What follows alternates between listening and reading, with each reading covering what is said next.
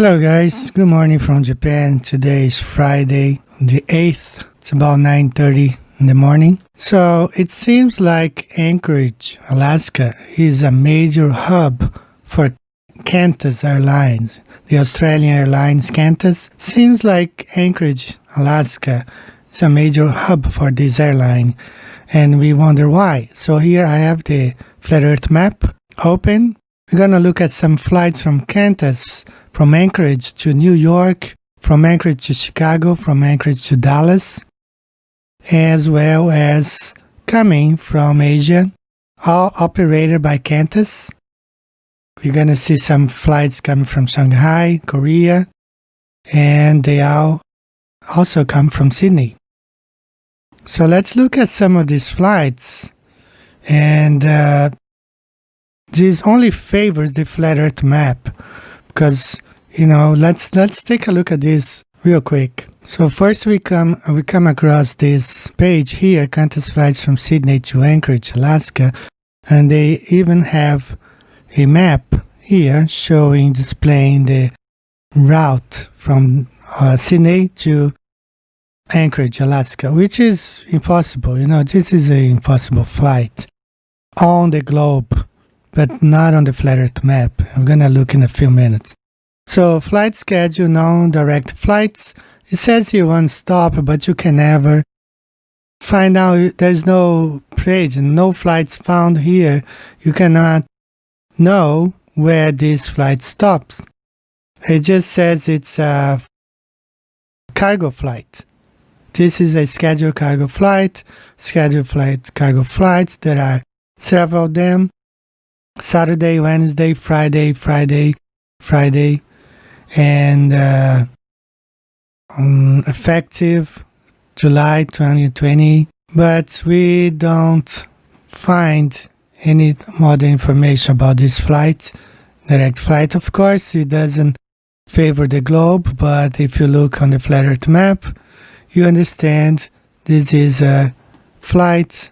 Actually, we can open this one here. I've made a video about Sydney.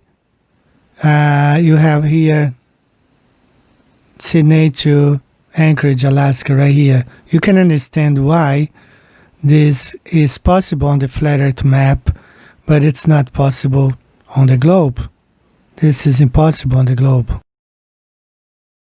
And there are more. There is this all operating inside the United States, but they are all Qantas flights. We have this Qantas flight 7589 operate from Anchorage to New York.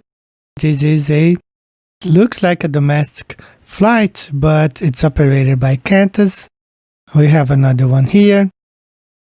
This is another map of the flights coming from Sydney, stop in Asia. It makes more sense on the flat earth map, as I'm going to show. But this is a flight to Anchorage to Chicago. And here you have from Seoul to Anchorage.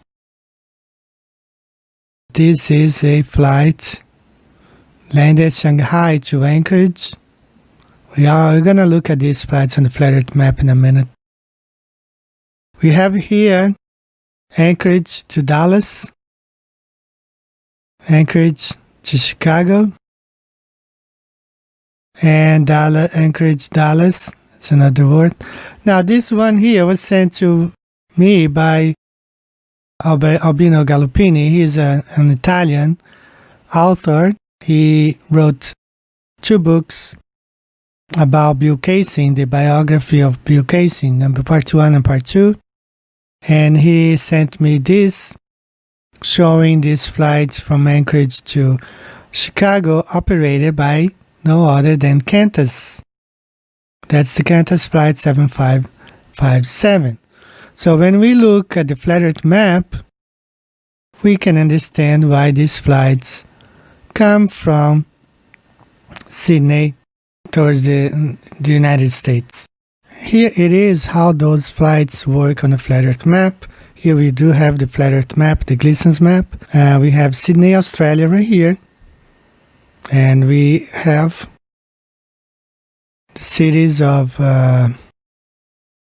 Shanghai, we have Korea here, we have Tokyo, we have Anchorage, and we have New York, we have Chicago, we have Dallas. Those flights make way more sense when you plug them, you look at them on the flat earth map. There are flights, straight flights from Sydney to Anchorage, but we could not see. This says there is one stop, but we don't know where. But anyway, those flights favor the flat earth map. It does not favor the globe model. And why is Qantas operating all these flights here domestically from Anchorage to New York to Chicago and to Dallas? And you don't see flights, as I encourage you to watch my video, Flights Australia to North America, Fly North of Hawaii, Proving Flat Earth, because you will see there are no flights, including the flights that are supposed to be flying over Mexico towards Houston and Dallas, but at the same time you cannot find a flight to Mexico City. The Qantas does not fly. There is not a single flight connecting Mexico City to Sydney, to Australia, which would favor greatly the globe model, but you cannot find all those flights. If you want to fly to Mexico from Australia, you need to fly through one of these cities here, either Houston or Dallas, San Francisco, Los Angeles, Vancouver, but you cannot find a flight coming from Mexico City, from Sydney to Mexico City. I did find a PDF online stating that Qantas had plans to fly from Sydney to Mexico City by 2024, but they were waiting for some improvements in aircraft autonomy. They were waiting for improvements in autonomy, and so they could fly. So that only favors the flat Earth model. So going back here to the other map, this one, coming back here, you understand now why these flights will favor the flat Earth map. Now I'm going to play right here a video that shows a case in the 1990s where Northwest Airlines and Australia were fighting over this route, New York, Tokyo, and Sydney. You will see that on the flat Earth map, it makes way more sense, and you can understand why they were fighting for this route, but it makes no sense at all on the globe. At the end of the video, it will be displayed according to the court documents, the map showing the route from New York to Sydney. You will see that makes no sense on the globe, but once you look at the flat Earth map, you can understand why they were fighting for this route here. So let's watch this video real quick. Dispute resolution in international aviation. Australia v. US, 1993. US-Australia bilateral. The United States may designate a carrier to serve the North Pacific route between the US to any 2 points in Australia via Canada, Japan, Southeast Asia and the Philippines. On October 27, 1991, Northwest Airlines began providing service between New York, Tokyo, Sydney. Soon, between 80 to 85% of Northwest's traffic were local Japanese-Australian passengers, with no link to the US, and therefore arguably violative of the primary objective provision of the Capacity Clause in Annex B, Section 4 of the bilateral. The primary objective clause requires that the traffic on the Fifth Freedom route in question should be primarily based on traffic going to or coming from an airline's country of registry. On December 1, 1992, Australia notified Northwest Airlines that 2 of its 3 weekly Osaka-Sydney flights would be limited to no more than 50% Fifth Freedom traffic, and the third would have none.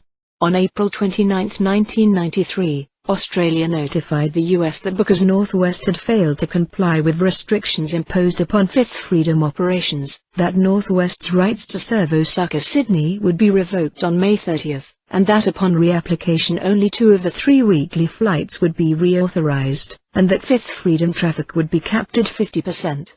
The US retaliated, effective upon the date of the Australian government's restriction of Northwest's Osaka-Sydney service, June 30. Qantas would lose 3 of its 10 weekly frequencies in the Los Angeles-Sydney market. Negotiations allowed NW to substitute Detroit for New York on the route, and provided that local traffic between Osaka and Sydney would not exceed 50% of the total passengers on Northwest's flights. So now you can see at the end of this video how it makes no sense at all on the globe Earth, but when you plug the same route here on this flat Earth map, you can understand why they were fighting for taking passengers from Tokyo to Australia, because on the flat Earth map it just makes more sense for the way these flights come from. So one more time, Qantas operating inside the US, and Anchorage is a major hub for Qantas Airlines, and I was reading online, they use other hangars here from other airlines. Of course, they are disguising, and they change planes sometimes from Qantas airplanes to like American Airlines, but the flight number is still the same, still keep on flying as Qantas flights, not as an American Airline or other US carriers. So it's just proof that the flat Earth map makes more sense, and those flights makes no sense at all on the globe Earth map. Okay, just short video, guys. You guys have a good day today. See you next time. Bye bye.